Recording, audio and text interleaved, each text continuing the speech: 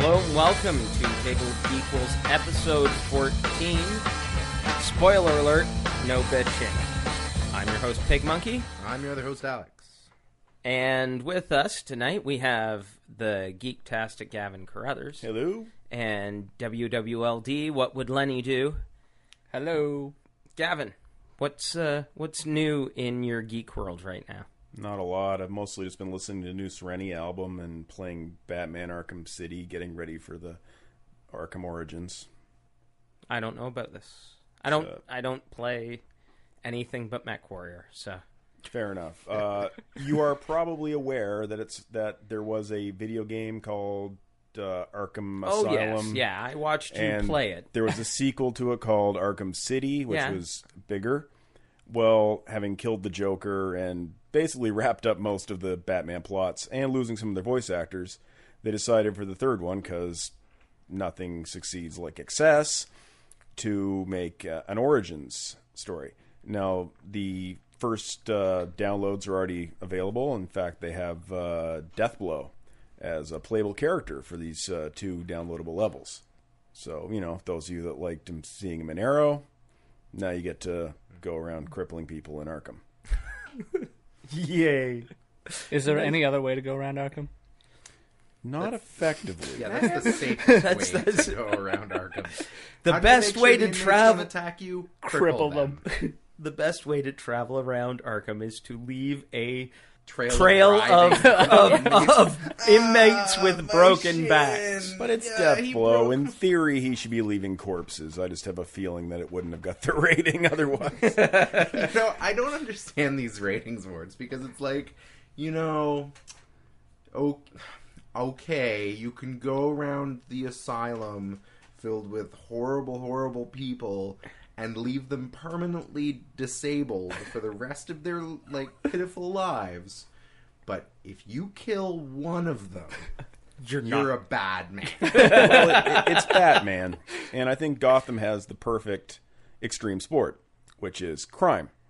Because it won't ever actually kill you. So it's actually safer than skydiving. But it may remove your ability to walk for a while. I like this theory.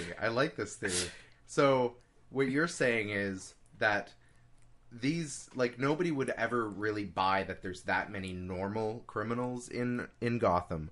So the reason why there's so many crazy villains is they're all actually just thrill seekers. Yeah. If you look at any extreme sport thing, you'll see somebody in a stupid costume. They just got organized. There's always a snowboarder, a skydiver, a base jumper named Joker. There's always one. Oh my God. I know, right? You just broke DC Comics wide open. DC broke DC Comics wide open. Harley Quinn's got a comic book coming out.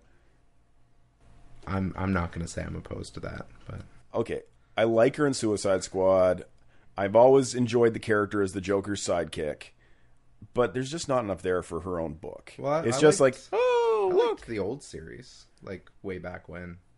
Fair, but it was very cartoony and fun. Well, yeah, because she originally came out of the 1990-ish animated 3 or 2 the Bruce Timm series. Yeah, and she made the jump to the regular continuity from there. Yeah. Now, what they've done with her in the New 52, some people hate it. Well, yeah, I mean, the New 52 version of most things is not ideal, but it's not traditional. I don't know if it's not ideal. I think it's most people freaking out over change. It's not even that it's some of it people don't agree with, and that's fair, and some of it people love. But I think it's more that people really get used to their thing and they want it that way, and it's the way they've gotten used to it. I remember back in the 90s when Superman changed his costume and bullets went through him, and people lost their shit. Well, yeah, because that was just bad storytelling. Well, sure, it was horrible storytelling, but it was different. It was too different. Well, Black Suit and Lightning Bolt. That's always one of the really interesting things that I find with comic book nerds. We complain and we complain and we complain, every time there's a Marvel event, and it just kind of fizzles out at the end and then returns to the old status quo. And we're just it was just another stupid money grab from Marvel Comics. Every year it's the same thing. And every year you do it. every year I buy it, time. and I buy it, and I buy it. Every year you buy it. You know why you buy it? Because I'm a consumer whore? No, because of the unbroken chain of numbers. It's in, true. In the it's comic, true. you will. Oh, you unbroken? will go through, I beg to differ, sir. You will go through 3 or 4 years of just the shittiest storytelling I've to been keep changing that line unbroken. I've been changing that. Have you? I've stopped reading, like with the new Marvel now. I picked up everything, and I've been dropping off of things as it's gotten shitty, and I've been revisiting things when I hear it's been getting good again. So Well, I find myself, I've been following writers more than titles these days. I'll literally read what so-and-so, say Brubaker's writing, no matter what imprint, no matter what character, and then as soon as he's off it, I'm like, you got 2 issues to wow me. Nope, sorry, done. Yeah, the end of Winter Soldier just, oh my god. It was a good ending. I'm quite happy with how that went off, and I thought it was a great story. I wasn't a fan once Brubaker left. What happened? It kind of fizzled out. It lost that fun super spy thing, but they beat us over the head with the Black Widow thing for so long that it was kind of nice to see something new. Yeah. And, I mean, they were all saying, he used to be this KGB super soldier. But we don't talk about that much anymore. This one was like, this is severe fallback from that, which was really keeping very true to what Brubaker did originally when he was writing him for Captain America. So, I mean, was it the best story they've ever done? Certainly not. No. But I like Bucky as a character, and I like what they've done with him.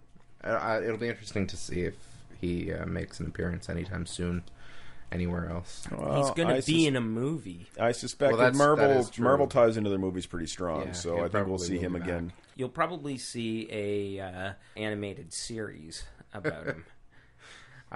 What I was going to say, though, is like we complain, like when nothing happens, but then like somebody has the balls to change something, like DC, like just like no, fuck it, New 52, everything, like Batman's only been Batman for 5 years, like it's all like bam, changed, and everybody's like continuity. Well, they made the Martian Manhunter a lot less lame. The new costume's pretty awesome. The new costume is and the DLC form for Injustice is terrifying. Yeah, he's just broken. came out. That just came out this week. Pretty cool though. Yeah, I haven't played Injustice either. Well, I've seen you spend hours at Mortal Kombat, and if you liked that and you like comic books, it's the same thing. Yeah, I've played Mortal Kombat for hours. I burned it out of myself, I hope. Because, I can sit in front of a game for days. Mech Warrior. Well, Mech Warrior's an entirely Mech Warrior isn't a game. It's not a game, it's a way of life. Come on, Gavin. It's a way of something. It's a way of life. Yeah, not quite life. It's a way of life 8 minutes at a time. And Lenny. We were going to get to you eventually. Yeah, eventually. I'm in no rush. I would ask I'm just you enjoying sitting down. I was going to ask you what's new and geeky in your life, but really you haven't done anything but build your house for the last 14 days. 14 days. I actually did manage to get a nice day of State of Decay playing in. Isn't that a fun game? Yeah, someone pointed out to me online about it and told me to look it up and downloaded it and then started building my house. But about a week ago, lumber was delayed all day long, so I was just sitting around twiddling my thumbs waiting for lumber to show up. So I managed to fire that up, sitting in the rubble of my house, and started playing that. And it was kind of I picture you sitting in the middle of your living room with your TV up on like a box, and you sitting on the floor with your PlayStation off to the side, sort of playing, and there's just like plaster all around you. That is basically the description of what it was. I dragged the TV out from under the tarp it had been under and plugged in and was sitting on the floor and playing it. And yeah, it was a lot of fun. I enjoy the permadeath. You lose one of your guys, they're gone. Yeah. Because it auto-saves like every 30 seconds. So there's no going back to reload if something happens. Oh, that's cool. And I made the mistake of running to do this little side mission. I thought, no big deal, just go pick someone up and bring them back to base camp. Ended up triggering a mini event of zombie hordes coming after me. I was ill prepared for it. I came within an inch of my guy's life, and it was the first time in a long time playing a game where I was seriously invested in, oh god, I have to beat this, or everything is gone. The last, 12 hours do not matter. See, that's why I really would like to see, and I wonder if anybody would play it, but I'd love to see a online game where your character, if they die, they are dead. Well, make a new character. You can. I don't know this because I don't play it, and I never played it. But I heard that there was a mode for that in Diablo. Diablo 3 has their hardcore mode or hardcore or something. Yeah, diabolical mode or whatnot. But it's one. You die, you're done. You die, you're dead. I heard that they were going to implement that for the White Wolf massive multiplayer. Oh. But I just like that. But would people? This is the question. If you are going to invest that time in your character, would people play the game, or would they just avoid it and go no, man, when my character's dead, they're dead? I like the idea because it puts value on your character. Or how easy would they make the game?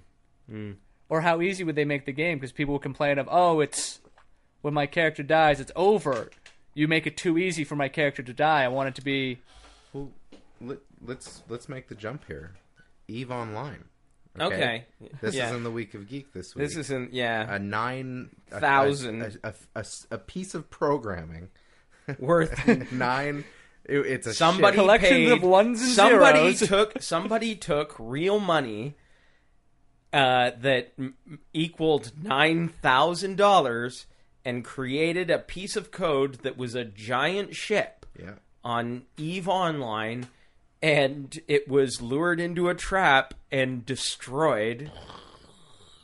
I just think, first of all, we're sort of this is really, to me, this is shades of Ready Player One, where you're getting economies that are existing in digital world, and it's really affecting our real life spending habits. That's not exactly new. I mean, people have been able to buy gold in multiplayer games for a while. And then there's money. And the money in EVE Online, because it actually is an economy. It was built by an economist. Yeah. And when their money they'll put technology in there to deflate the value, et cetera, et cetera. But you can actually use your ISK money, I think is what they call the money in that game, in EVE. You can literally trade it in for real-world products, like cards for more time on EVE, recursive, or even a video card. Oh, really? So, I mean, it's a bit like spending your time, but instead of at a job where you get money that you can trade, you're spending time online where you can get money that you can use to effectively buy a Best Buy card. Well, and there was a few years ago now, I was watching a CBC documentary, and they were focusing a lot on Second Life. And they were talking about somebody who was building a space station for $1 million, and it was his grand scheme. He had taken huge loans, obviously, to buy $1 million worth of program. I think it was $1 million, but his scheme was to rent out space to other players and to sell real estate in his space station to other players. This was a guy who had a kid. He was a single parent. And he had a kid, and just the fact that he's putting that much of an investment toward programming. Here it is. The world's most expensive piece of game code is $350,000 space station on Project Entropia. Okay, they said it was Second Life. I think you're talking about two different. I might be. But you're both are people spending more time building a space station. Well, I'm sorry. I get it. I have hobbies. I spend money on comic books. I spend money on video games. I spend money on, I don't know, Warhammer. You play Warhammer? No, I've spent money on it. It's finding the time to paint that fucking shit. My Tomb Kings are coming along pretty well. Well, I do Templar's got about 2 years of dust on them. And I just I picked up a while ago a shit ton of Lizardmen. nice. For $20. Like, we're talking like 2,000 points. Anyway, but I also just, a friend of mine plays War Machine, and anyway, I digress. Really? Never. Me? No, but this, like, I get it. You have a hobby, but this guy or girl, I don't know, probably guy, who had a $9,000 ship in a video game, and then it just loses it like that. I love the Led into article. an ambush by a spy. Well, yeah, no, I love the article because if you read it in like a 1930s newsreel voice. Okay, wait. Let me see the article. No, I'm gonna read it in the 1930s. We'll I have a liked that the 1930s article on. didn't seem to actually cast any judgment on it. It wasn't like No. you have, Yeah, you it was- wasted It's a lot of money. It's like a war this reel. happened. It's happened. a war reel. The ambush played out with plenty of intrigue. Players in the pandemic received an SOS and assumed that it was a player in distress. It turns out that the player had been put in charge of leading their fleet was actually a spy from the opposing group who led them directly into a bunch of dreadnoughts and supercarriers. The owner of the Revenant,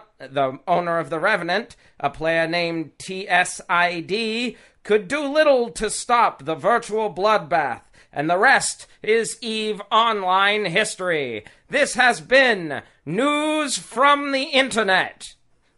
Yeah, whatever. Well, actually accurate, so I don't think we should call it news from the internet.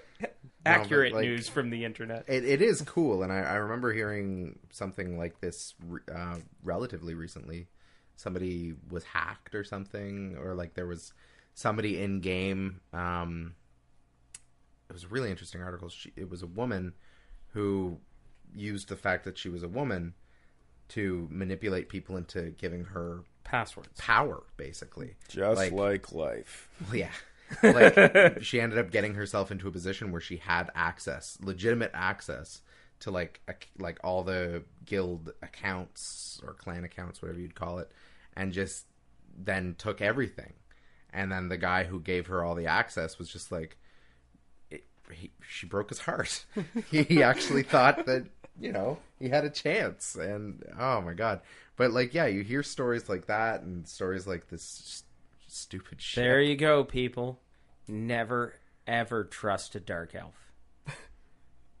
It's sage advice. I'm wondering how long it took him to actually build this. Like he didn't just throw cash at it, or it wouldn't be that big a story. Like he must have actually put the time and energy in there. So that must have been just soul crushing. Oh yeah. And the Diablo 3 hardcore mode, like, I would never do that. I have a hard enough time with State of Decay. Yeah. Like that crushes me. Well, I mean, it's been done in a similar vein. Demon Souls, Dark Souls, that idea of when you die, you at least lose all your stuff that you were carrying with you, and when you respawn, it's like you're starting from scratch again. Yeah. So that's kind of the in-between ground of death really, really sucks, but at the same time, you still get your character to keep going. Yeah. Oh, It's kinda I like just... Zombie U as well for the Wii U.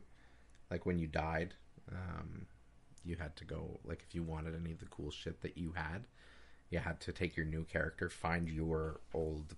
Zombie? Well, yeah, your old zombie, and kill them and take their shit. So that's kind of Nice. cool. Can you come across other people who are fresh zombies I don't know. and I don't take know in their the game. shit? I just like Because I'm pretty sure a zombie is easier to kill than a player. That's pretty cold-blooded for Nintendo, though. yeah, Zombie U was an interesting departure. Because they've been sort of sticking with their core demographic, which good on them, because it's a smart move for Well, them. I mean, they have a lot of replayability to their Oh, games. no, and absolutely, they do. That's something that you kind of lack with a lot of Xbox and PS4 titles or PS3 titles. And presumably PS4 titles. Yes. Well, I mean, I can still sit down and play Super Mario Yeah, and have a great time. Yeah. Well, it's most fun with like a bottle of whiskey and two people playing two-player Mario. That's Yeah, but Pong's just as much fun with a bottle of whiskey. Actually, forget the video games. Let's just Let's go just get get some the bottle of whiskey. whiskey. Yeah, so that's funny. $9,000 of ship destroyed. And in other video game news, To put that in perspective, what $9,000 is, that's how much lumber has gone into my house so far. so an entire Second floor of a house. And a roof. So do you feel... Okay, there's your decision on what to do with $9,000. So if somebody had led the roof of your house Into an ambush, How do you feel about your decision to spend that money on lumber versus their decision to spend that money on a internet program spaceship? Oh my God. Houses get built and renovated every day. You don't see news articles when they blow up. Actually, you do. I guess you do. Not gonna go there. Anyway, League of Legends, which is sort of like an online version of Warcraft 3, a sort of modified version, has been working with the U.S. government, and now League of Legends players are considered pro athletes. Now, they only mention League. We talked about this before the show started. I'm not sure if that means all video game players are now considered pro athletes. Now, this is mainly for bringing people over into the country. Because, well, the U.S. has a draconian immigration policy, and if you want some of the best players in the world to come to America, you got to relax those policies, and instead they just decided that anybody who makes money playing video games is now a pro athlete. This makes you a pro athlete, and you a pro athlete. Well, no, I'm a just, you know, I play in scrimmage league. Oh, okay. I would be the Eddie the Eagle of this game. For those of you that don't remember. Can I be the pro athlete mascot? I just think, like, what do you guys think about that? That people who are now, because American youth is having so much trouble getting up off the couch from playing video games, and they're starting to have a poor self-image, we just make video games pro. See, now you don't have to go out and be and play football and be a jock in order to emulate the heroes of US. You could just play Sit StarCraft on the couch and play there's Call of Duty. Yeah. there's so Wow, my many- son. There's so many Zerg Rush. like possible ramifications of this, though. Like, I won't ever deny that playing video games takes a certain set of skills. I mean, Oh, absolutely. like, fuck, I watch some people play games like Halo, and people play games like Call of Duty or games like StarCraft. Like, I watch people play these games, and some of these pros, and oh my God, I would never even think to play against them because it would just be soul crushing. Oh, yeah. But to say you're now an athlete, Next is letting the debate team and the mathletes move into Well, there's the always that athlete. debate I would of argue chess, poker, Yeah, pool. yeah. Those are not ESPN2 has the World Tournament of Magic. which I think the real problem is the word athlete. If it wasn't the word athlete, because athlete implies like soccer, basketball, whatever, but something very similar to athlete, but without the physical part. Because if you will watch, like, for instance, what was the big fighting Evo was just last weekend, which has all the fighting games and stuff. They draw huge crowds. They have T-shirts made. Like, it's really cool. It's not as physical. So I'm thinking, just if the word was more like a competition or competitor instead of athlete, then that would kind of wipe out anything. yeah, like, don't call it sports. Like, No, because it's esports. I don't like the idea that, you know, you brought up the obesity thing, like the inactive. Actually, I kind of walked around with Well, the okay. obesity thing. That's a long walk. Oh.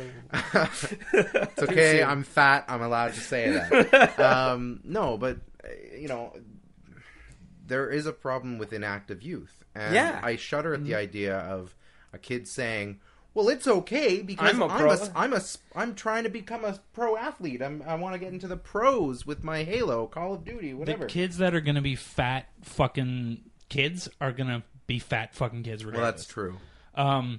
These guys actually, the ones that are the best at what they do are professionals. Like, they have to travel, and they have, like it's actually quite, like, it's an 8-hour day for most of these people with practicing and meeting people and stuff. I agree it's not great for people's exercise, but you can't start babying people like that. And if it draws a crowd and it's interesting, I don't know. Sometimes I'll pop on like if there's like the World Championships I watched the League of Legends finals. I watched StarCraft 2, and I don't even play that. You know, if it's interesting to me, and they have the headsets on, and they're all screaming at each other and talking shit, especially team-based games, I say let it rip. Well, I think that these pro leagues are fine. Just I think it's stupid to call it sports.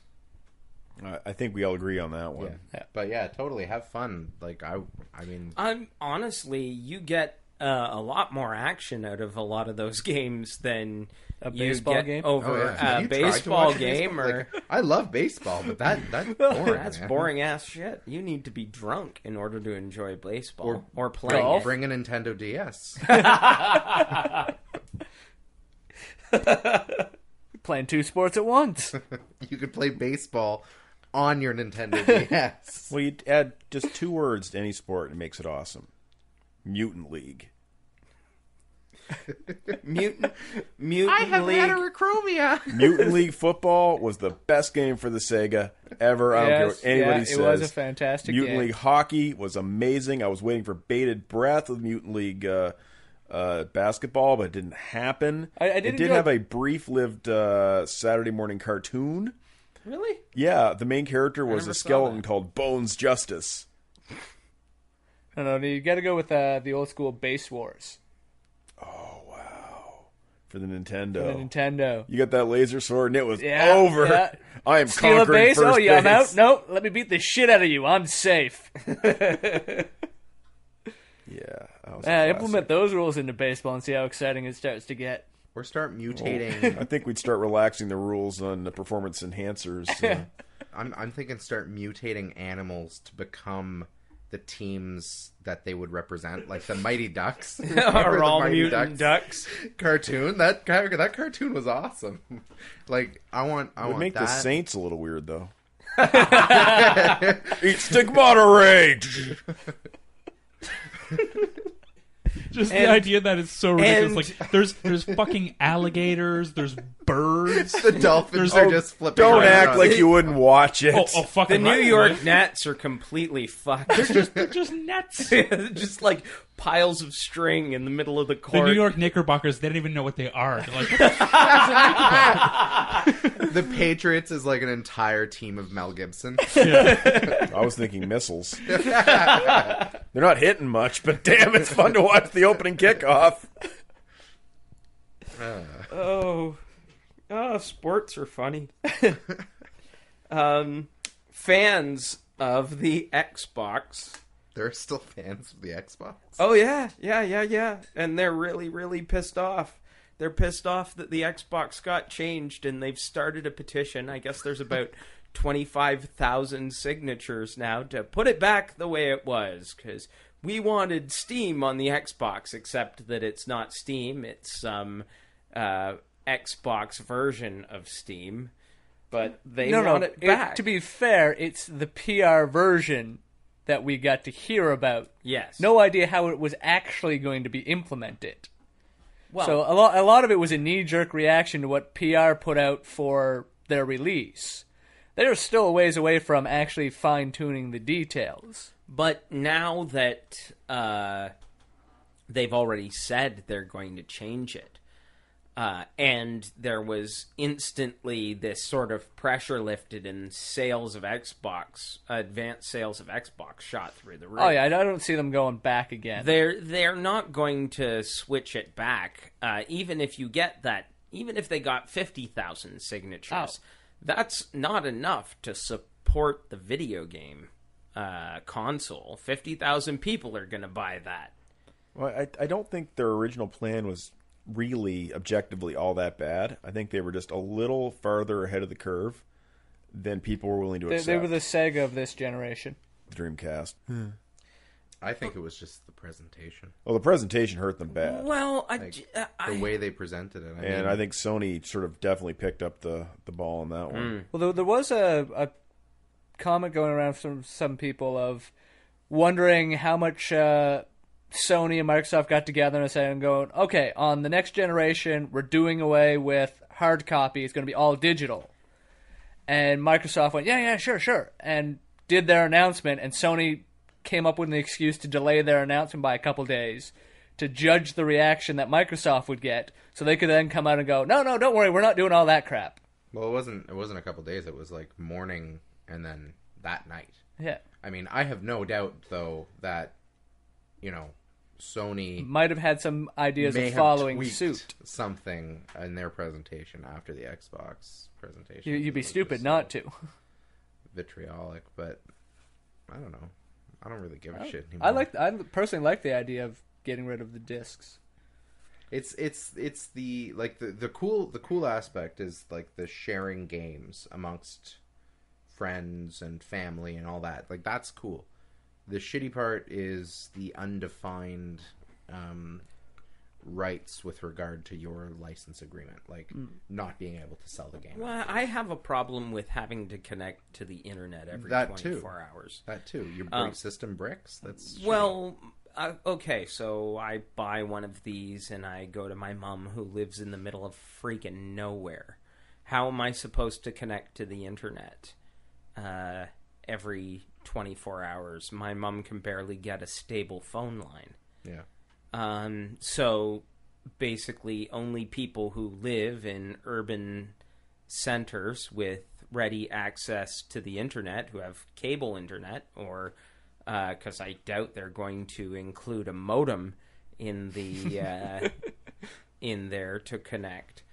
So it just seems like that whole idea seems like they're removing at least a third of their audience. But I do understand their principle behind the idea of wanting to do that is when you're making a game, the whole idea of the console was you have a base to work from. Like you'd have the system, I'd have the system. The makers of a game would be like, okay, I know what each person has. I know what I have to work with to make a game.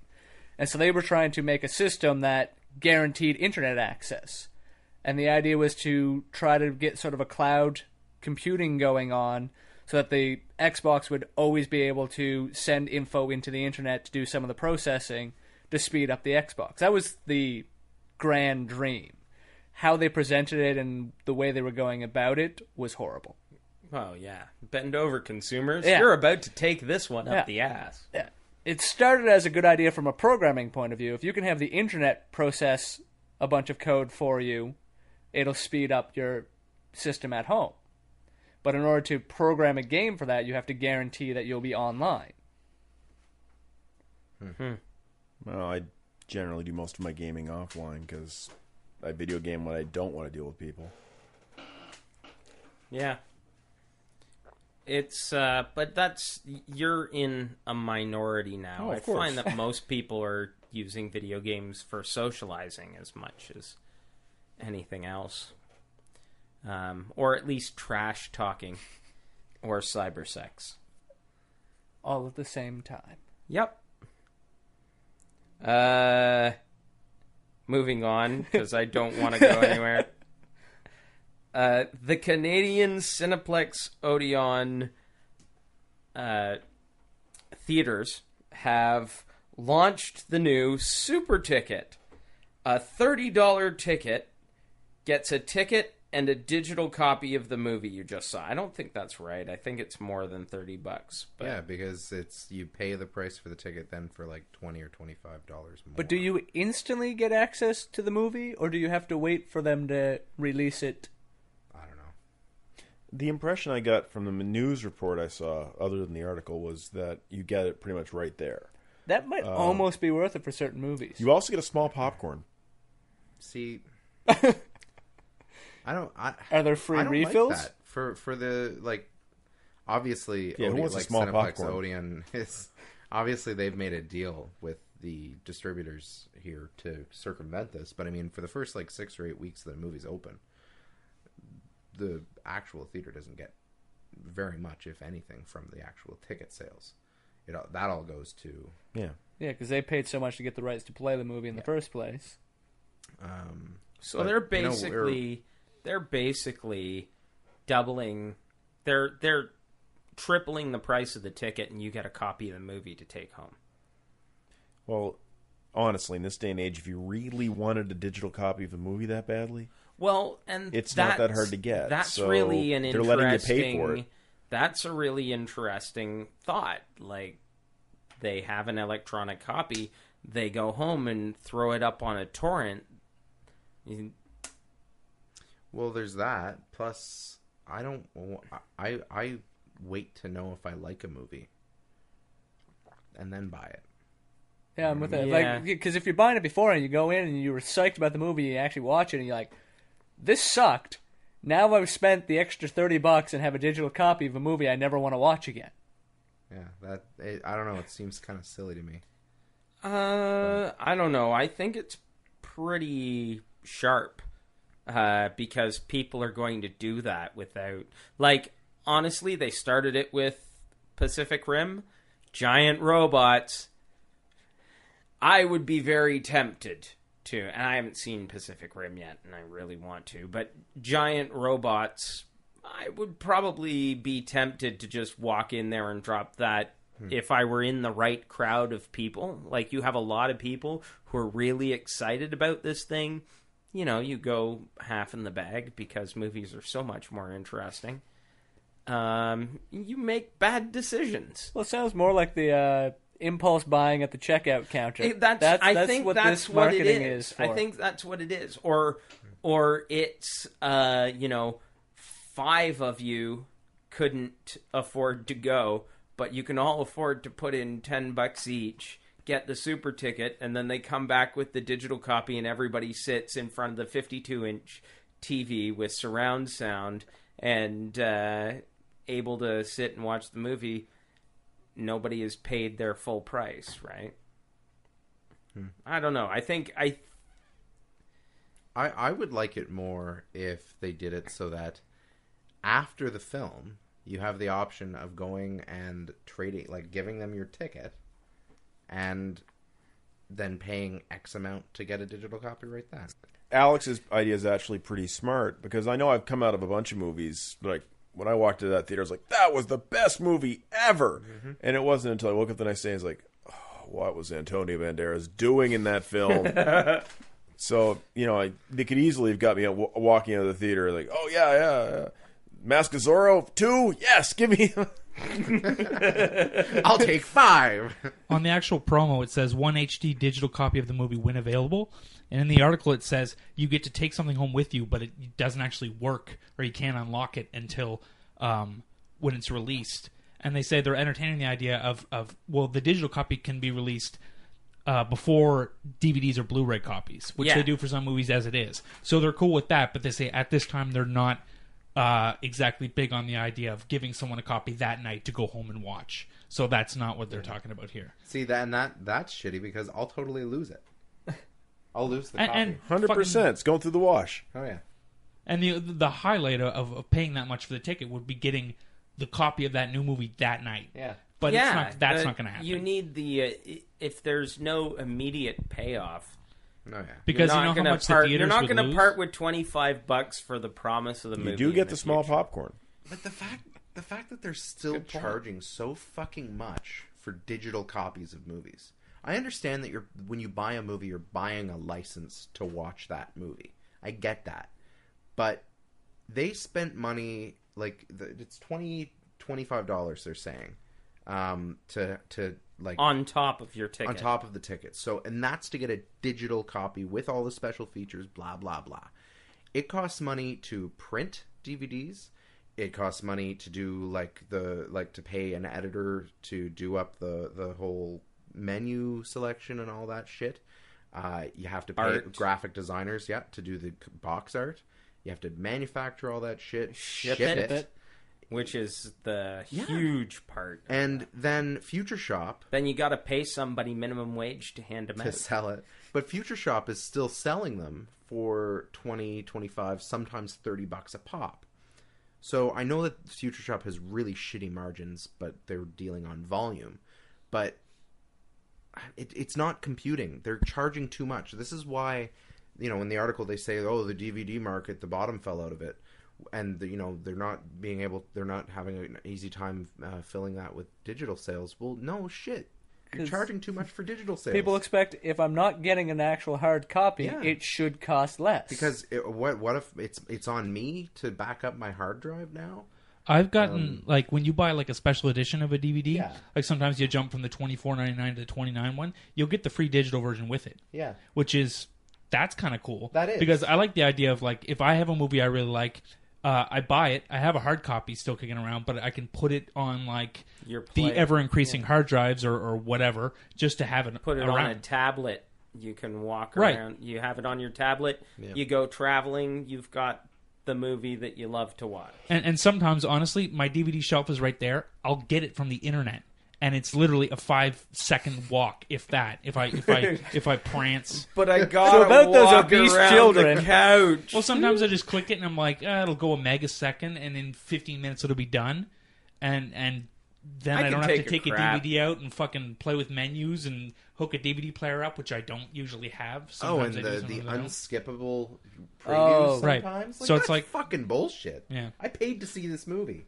Yep. I paid to own this movie. Fuck you, Disney. Well, for me, the Blu-rays and the DVDs are about the commentaries and the extras you get that you don't often get with the digital copies. Well, they're saying with these you would get extras. Well, bloody well better for $30. But I mean...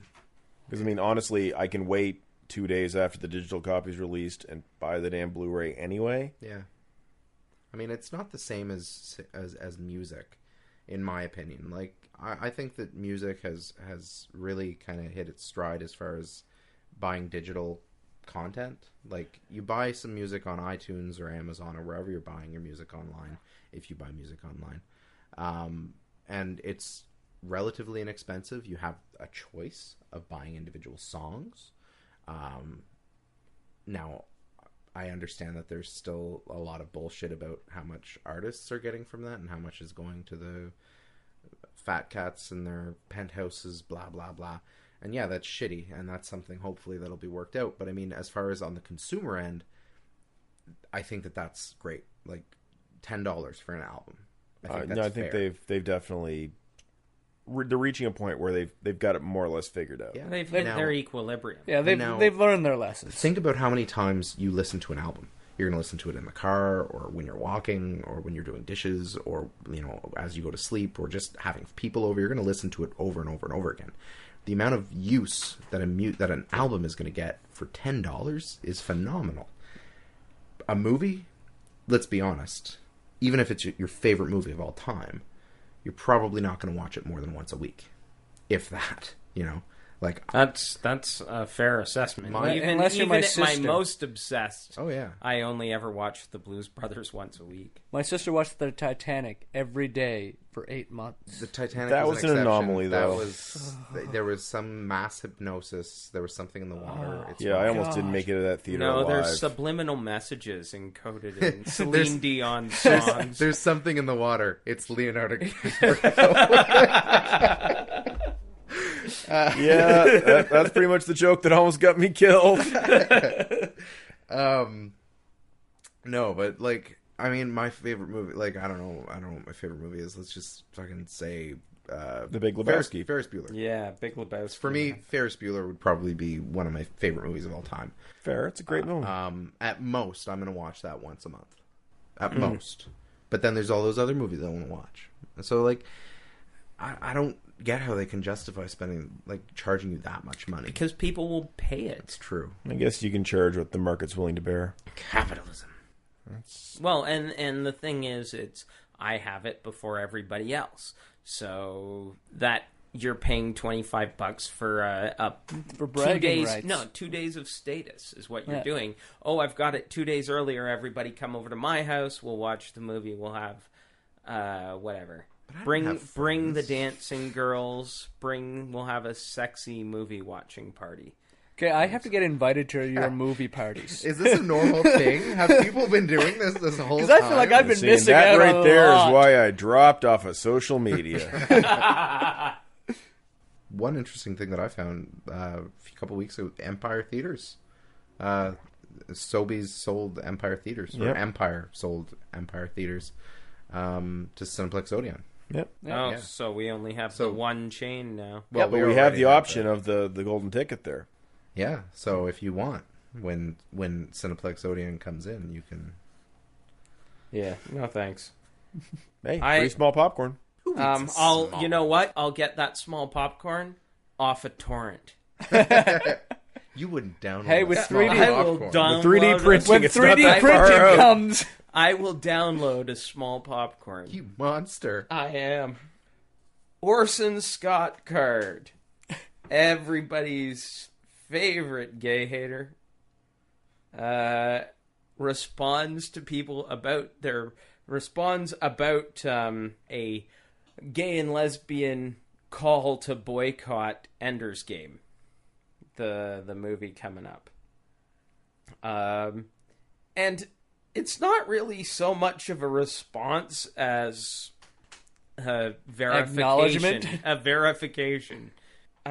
I know you've got something to say, because you've gone on about Orson Scott Card.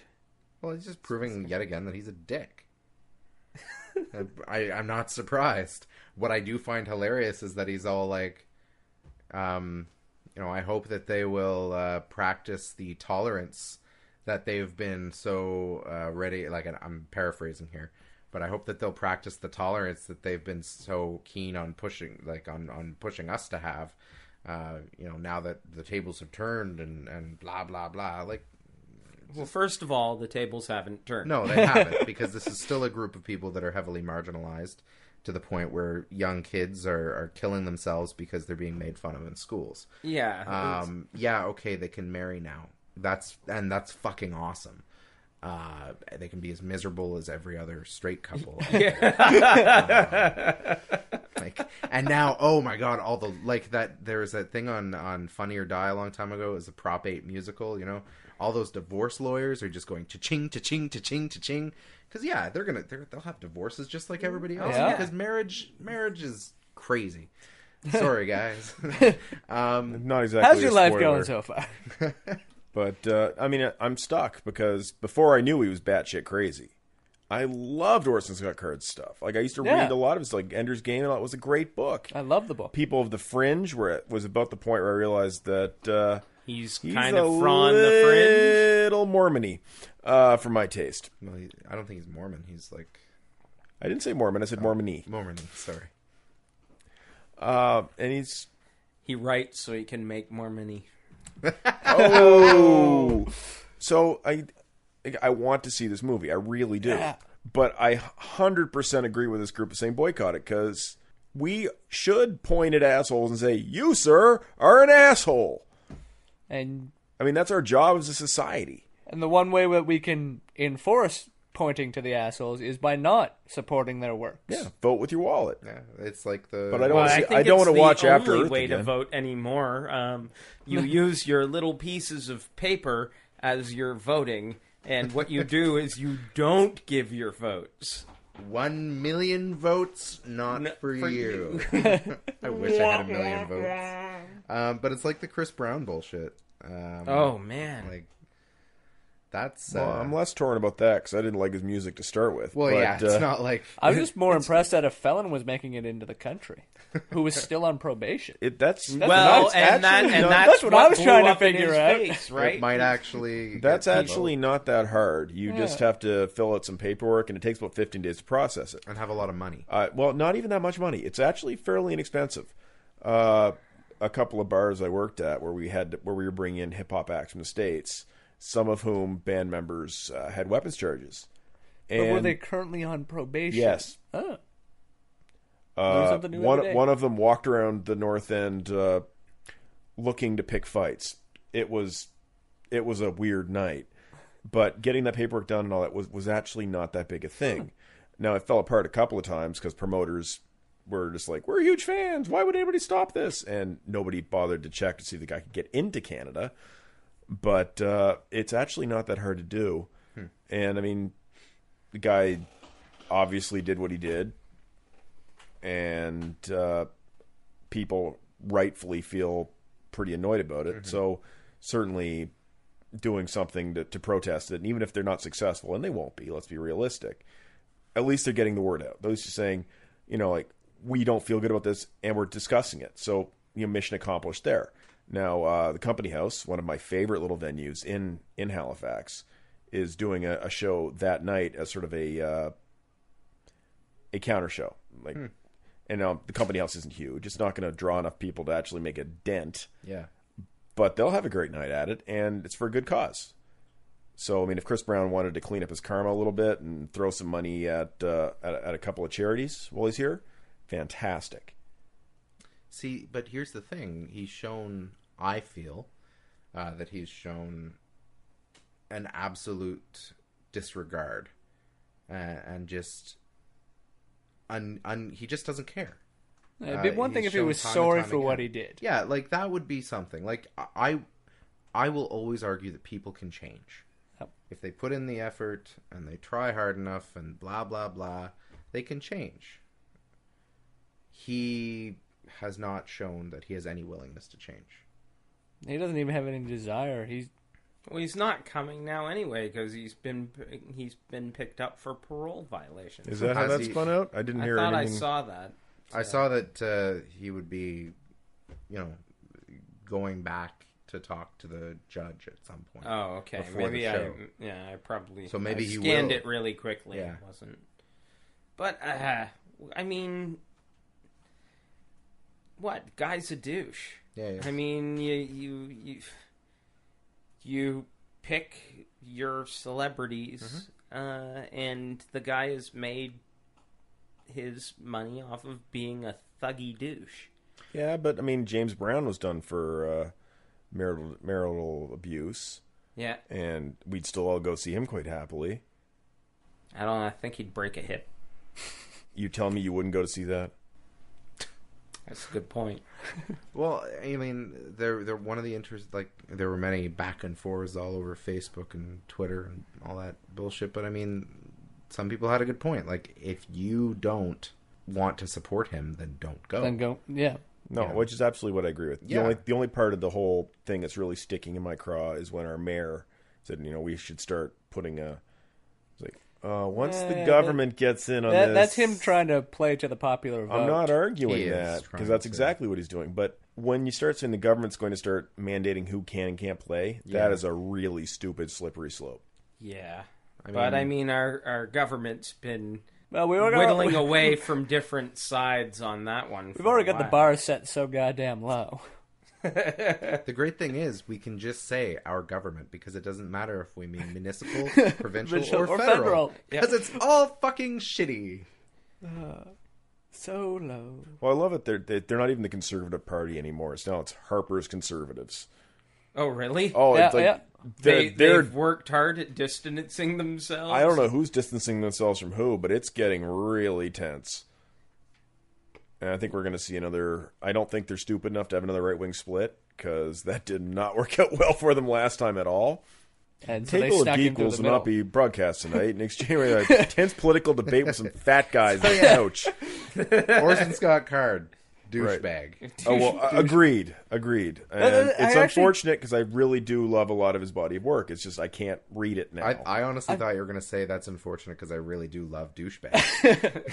I just want to say... gives him a bad name. That Orson Scott Card is, and everything that's going on with that, in my opinion, is part of the reason why I hate the internet and the exchange of information to the extent it is nowadays. Because 15, 20 years ago, this information would have taken forever to go anywhere. And so you could have been and by the time it got anywhere, nobody would care. Yeah, you would have been happily enjoying the movie in ignorance, and then afterward, oh man, that kind of sucks. I won't buy the DVD or VHS at that time.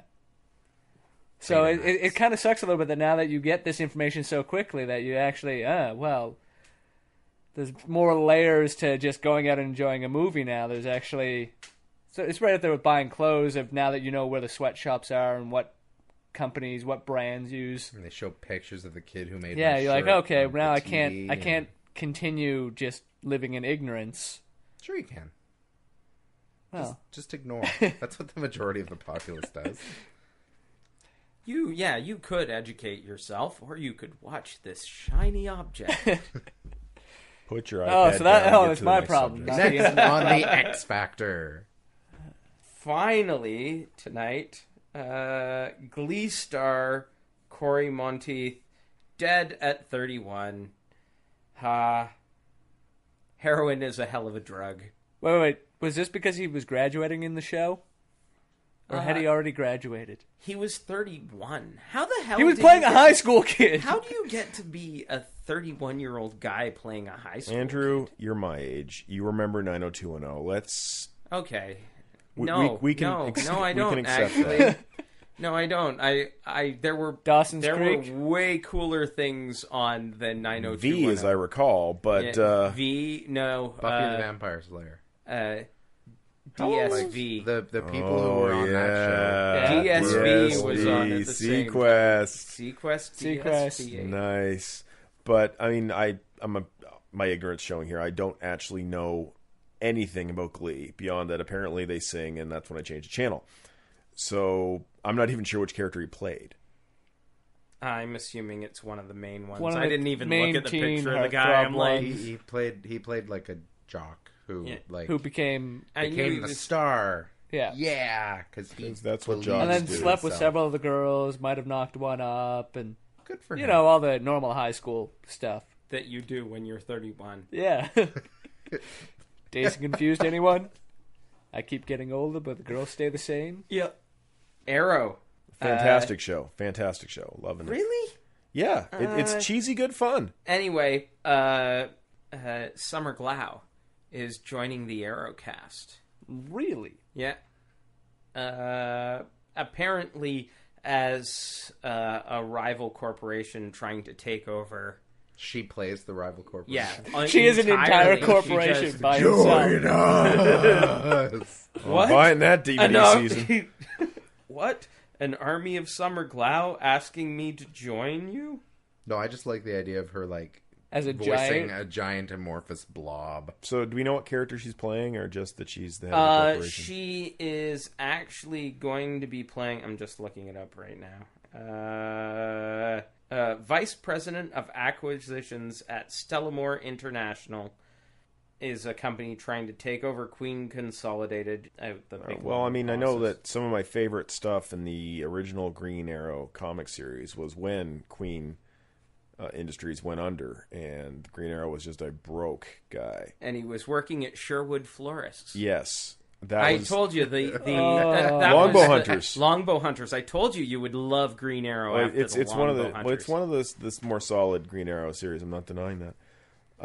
So I think that's, you know, if that's the way they're going with it, with this sort of Nolan-esque aesthetic they've got for the show, I'm a little tired of Flashback Island. So once we get away from that, yay. Yeah.